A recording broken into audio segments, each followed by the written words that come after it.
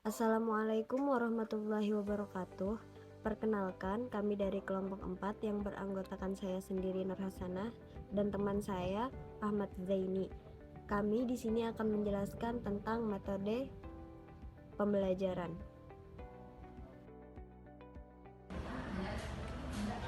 Untuk mengetahui materi ini lebih lanjut, mari kita simak video berikut ini.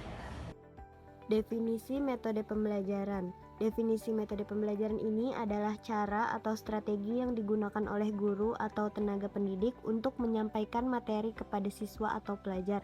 Nah, metode pembelajaran ini bertujuan untuk mencapai hasil belajar yang optimal dan sesuai dengan karakteristik siswa dan materi yang diajarkan. Ada berbagai macam metode pembelajaran yang dapat dipilih dan disesuaikan dengan kebutuhan dan situasi pembelajaran. Berikut ini adalah beberapa contoh metode pembelajaran yang umum digunakan. Yang pertama ada metode ceramah, yang kedua metode tanya jawab, yang ketiga metode demonstrasi, yang keempat ada metode diskusi, yang kelima metode problem solving, yang keenam metode kooperatif, yang ketujuh metode kontekstual, dan yang kedelapan ada metode inquiry. Yang pertama tadi ada metode ceramah. Metode ceramah ini adalah metode yang paling sederhana dan tradisional, di mana guru menyampaikan materi secara lisan kepada siswa yang mendengarkan dengan pasif, dan metode ini cocok untuk materi yang bersifat informatif dan faktual, tetapi kurang efektif untuk mengembangkan keterampilan berpikir kritis dan kreatif siswa. Berikut ini adalah sedikit video tentang metode pembelajaran ceramah. Metode ceramah sangat efektif dari sisi mudah menyiapkan, tidak perlu ribet membuat media, yang penting suara. Yang kedua, metode ceramah itu bisa untuk orang yang banyak, bisa ratusan, bahkan ribuan dengan metode ceramah. Itu keuntungan metode ceramah, dan kekurangannya adalah metode ceramah itu tidak bisa menjangkau semua anak secara individu, dan metode ceramah harus menggunakan usaha-usaha kreativitas lain supaya suara ini bisa diperhatikan oleh para pembelajar sebagai audiens. Dan kelemahan ketiga, metode ceramah memungkinkan peserta didik ramai sendiri, omong-omongan sendiri dengan sesamanya, atau bahkan sebaliknya, dia pasif, diam, melakukan kegiatan kesibukan lain, dan bahkan tidur. Yang kedua ada metode tanya jawab. Metode tanya jawab ini adalah metode yang melibatkan interaksi antara guru dan siswa melalui pertanyaan dan jawaban yang berkaitan dengan materi. Nah, metode ini dapat meningkatkan perhatian, motivasi, dan partisipasi siswa dalam pembelajaran, serta mengukur pemahaman dan penguasaan materi siswa. Kelebihan dari metode tanya jawab ini, yang pertama akan dapat membangkitkan minat dan rasa ingin tahu siswa, yang kedua dapat memusatkan perhatian siswa terhadap pokok bahasan, yang ketiga dapat mengembangkan keaktifan belajar dan berpikir siswa. Nah, sedangkan kelemahan dari metode tanya jawab ini, yang pertama ada tidak mudah membuat pertanyaan yang sesuai dengan tingkat berpikir siswa, yang kedua waktu sering banyak terbuang, yang ketiga siswa merasa takut apalagi jika guru kurang dapat mendorong siswa untuk berani. Nah, selanjutnya ada metode demonstrasi. Metode demonstrasi ini adalah metode yang menggunakan peragaan, simulasi, atau eksperimen untuk menunjukkan konsep, prinsip, atau prosedur yang berkaitan dengan materi. Metode ini dapat membantu siswa untuk memahami materi yang bersifat abstrak, kompleks, atau sulit, serta mengembangkan keterampilan praktik dan aplikasi siswa. Kelebihan dari metode demonstrasi ini adalah proses pembelajaran akan menjadi lebih menarik karena peserta didik tidak hanya mendengarkan guru menjelaskan suatu materi, tapi juga peserta didik melihat peristiwa yang terjadi. Yang kedua, peserta didik memiliki kesempatan untuk membandingkan teori dan kenyataan. Yang ketiga, peserta didik memperoleh pengalaman praktek. Dan adapun Kekurangan dari metode demonstrasi ini, yang pertama, metode ini memerlukan persiapan yang lebih matang. Yang kedua, memerlukan peralatan, bahan-bahan, dan tempat yang memadai sehingga pembiayaan metode ini lebih mahal. Yang ketiga, memerlukan keterampilan guru yang khusus sehingga guru harus lebih profesional. Metode diskusi adalah metode yang mengajak siswa untuk berbagi pendapat, gagasan, atau pengalaman tentang materi yang sedang dipelajari.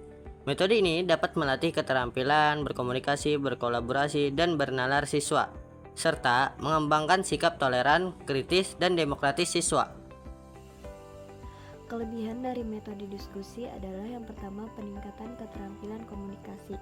Peserta didik dapat mengembangkan keterampilan berbicara, mendengarkan, dan berkomunikasi secara efektif. Terus yang kedua ada partisipasi aktif. Diskusi ini melibatkan peserta didik secara aktif, memberi mereka kesempatan untuk berpartisipasi dan berkontribusi. Yang ketiga ada pembelajaran bersama. Peserta didik dapat saling belajar satu sama lain, membagikan pengalaman, dan membangun pemahaman bersama. Kekurangan metode diskusi, yang pertama ada waktu yang tidak terkontrol. Diskusi dapat memakan waktu lebih banyak dari yang direncanakan, terutama jika tidak ada pengelolaan waktu yang baik. Yang kedua ada kesulitan mengelola kelompok. Mengelola diskusi kelompok besar bisa sulit dan terkadang beberapa peserta didik mendominasi percakapan. Terus yang ketiga ada kurang efektif untuk materi faktual. Tidak semua materi cocok untuk diskusi, terutama jika melibatkan fakta-fakta yang harus diingat tanpa perdebatan. Yang terakhir ada tidak cocok untuk semua pembelajar. Beberapa peserta didik mungkin tidak nyaman berbicara di depan kelompok atau merasa sulit untuk mengekspresikan pendapat mereka. Metode problem solving adalah metode yang memberikan masalah atau tantangan yang berkaitan dengan materi kepada siswa untuk diselesaikan dengan cara mereka sendiri. Metode ini dapat merangsang kreativitas, inovasi, dan pemecahan masalah siswa, serta mengembangkan kemandirian dan tanggung jawab siswa. Kelebihan dari metode problem solving ini, yang pertama ada pengembangan pemikiran kritis. Metode problem solving ini mendorong peserta didik untuk mengembangkan kemampuan pemikiran kritis dalam mengidentifikasi, menganalisis, dan menyelesaikan masalah. Yang kedua ada pembelajaran aktif. Peserta didik terlibat secara aktif dalam menemukan solusi, memungkinkan mereka untuk lebih memahami dan mengingat materi. Terus ada lagi peningkatan motivasi. Problem solving ini dapat meningkatkan motivasi peserta didik karena memberi mereka tantangan yang menarik. Dan terakhir, pemahaman yang mendalam. Peserta didik ini dapat memahami konsep-konsep pembelajaran dengan lebih mendalam melalui penerapan langsung dalam menyelesaikan masalah. Kekurangan dari metode problem solving adalah yang pertama, waktu yang dibutuhkan. Memerlukan waktu yang lebih lama untuk menyelesaikan tugas daripada metode pembelajaran lainnya. Yang kedua, kurang efektif untuk materi dasar. Mungkin kurang efektif untuk materi-materi dasar yang memerlukan pemahaman dasar sebelum dapat diterapkan. Terus lagi, tingkat kesulitan yang bervariasi. Tidak semua masalah memiliki tingkat kesulitan yang sesuai dengan tingkat pemahaman peserta didik sehingga dapat menyulitkan pengajaran.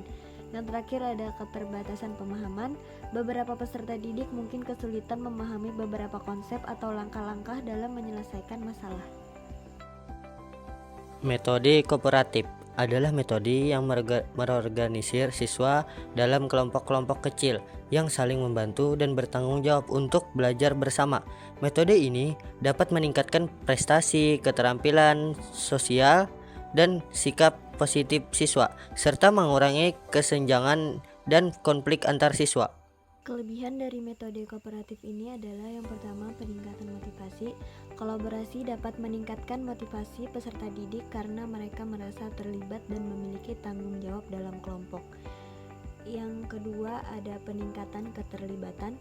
Meningkatkan keterlibatan peserta didik karena mereka merasa memiliki peran yang aktif dalam proses pembelajaran. Yang ketiga ada pengembangan keterampilan pemecahan masalah. Mendorong pengembangan keterampilan pemecahan masalah melalui diskusi dan kolaborasi. Yang terakhir ada membangun kepemimpinan dan tanggung jawab. Mendorong pembangunan keterampilan, kepemimpinan, dan tanggung jawab di antara anggota kelompok masing-masing. Kekurangan dari metode kooperatif yang pertama, kesulitan mengelola kelompok. Mengelola kelompok dapat menjadi tugas yang sulit, terutama jika tidak ada struktur atau panduan yang jelas. Kedua, ketidaksetaraan kontribusi. Ada potensi ketidaksetaraan dalam kontribusi anggota kelompok, di mana beberapa peserta didik ini mungkin lebih pasif atau bergantung pada anggota yang lebih aktif. Yang ketiga, konflik antar anggota kelompok. Potensi terjadinya konflik antara anggota kelompok yang dapat menghambat proses pembelajaran. Terus yang terakhir, keterbatasan pembelajaran mandiri.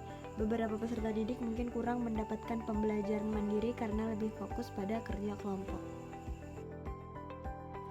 Metode kontekstual adalah metode yang menghubungkan materi dengan situasi nyata dan kehidupan sehari-hari siswa. Metode ini dapat meningkatkan relevansi, makna, dan transparansi pembelajaran, serta mengembangkan keterampilan hidup dan karir siswa. Kelebihan metode kontekstual yang pertama ada relevansi dengan kehidupan sehari-hari. Materi pembelajaran dikaitkan dengan pengalaman dan konteks kehidupan sehari-hari, menjadikannya lebih relevan dan bermakna bagi peserta didik. Yang kedua, ada pemahaman yang lebih mendalam. Peserta didik cenderung memahami dan menyimpan informasi lebih baik ketika terkait dengan pengalaman pribadi atau lingkungan mereka. Yang ketiga, ada pengembangan keterampilan pemecahan masalah. Menekankan pengembangan keterampilan pemecahan masalah dan berpikir kritis melalui aplikasi konsep-konsep dalam situasi nyata. Kekurangan metode kontekstual yang pertama, waktu yang dibutuhkan. Memerlukan lebih banyak waktu untuk menjelaskan dan mengaitkan konsep-konsep dengan konteks yang dapat memperlambat laju pembelajaran. Yang kedua, ada perbedaan konteks individu. Konteks individu peserta didik dapat sangat berbeda, sehingga menemukan konteks yang relevan untuk semua peserta didik dapat menjadi tantangan. Yang ketiga, ada pentingnya pemandu yang terlatih. Memerlukan pemandu atau instruktur yang terlatih untuk mengelola dan mengarahkan diskusi sehingga konteks tetap terkait dengan tujuan pembelajaran. Terus lagi yang terakhir, ada evaluasi yang mungkin sulit mengukur dan mengevaluasi pemahaman peserta didik karena dapat ada berbagai respon terhadap konteks yang diberikan. Metode inquiry adalah metode yang mengajak untuk menemukan sendiri pengetahuan atau konsep yang berkaitan dengan materi melalui proses bertanya, mengamati, mencoba, dan menyimpulkan. Metode ini dapat mengembangkan rasa ingin tahu, keterampilan ilmiah, dan sikap ilmiah siswa, serta menghargai proses pembelajaran siswa. Kelebihan metode inquiry yang pertama, ada pembelajaran aktif. Peserta didik terlibat secara aktif dalam proses pembelajaran yang dapat meningkatkan pemahaman. Terus yang kedua, ada pengembangan keterampilan berpikir ilmiah. Mendorong pengembangan keterampilan berpikir ilmiah melalui observasi, perumusan hipotesis, eksperimen, dan pengambilan kesimpulan. Yang kelima, ada koneksi dengan pengalaman pribadi. Memungkinkan peserta didik untuk mengaitkan konsep-konsep pembelajaran dengan pengalaman pribadi atau fenomena yang teramati. Kekurangan metode inquiry yang pertama, ada keterbatasan sumber daya. Memerlukan sumber daya yang memadai termasuk fasilitas dan peralatan laboratorium yang mungkin tidak selalu tersedia di semua konteks pembelajaran. Terus lagi, keterbatasan pemahaman awal. Beberapa peserta didik mungkin mengalami kesulitan dalam memulai atau memahami proses inquiry jika mereka tidak memiliki pemahaman dasar yang cukup. Terus lagi, ada kesulitan dalam pengelolaan kelas. Memerlukan keterampilan manajemen kelas yang baik agar peserta didik tetap terfokus dan terorganisir selama proses inquiry. Terus lagi ada tantangan dalam evaluasi. Proses evaluasi dapat menjadi kompleks karena hasil inquiry dapat bervariasi antar peserta didik. Sekian video dari kami, salah hilafnya mohon maaf. Wabillahi taufiq wal hidayah. Wassalamualaikum warahmatullahi wabarakatuh.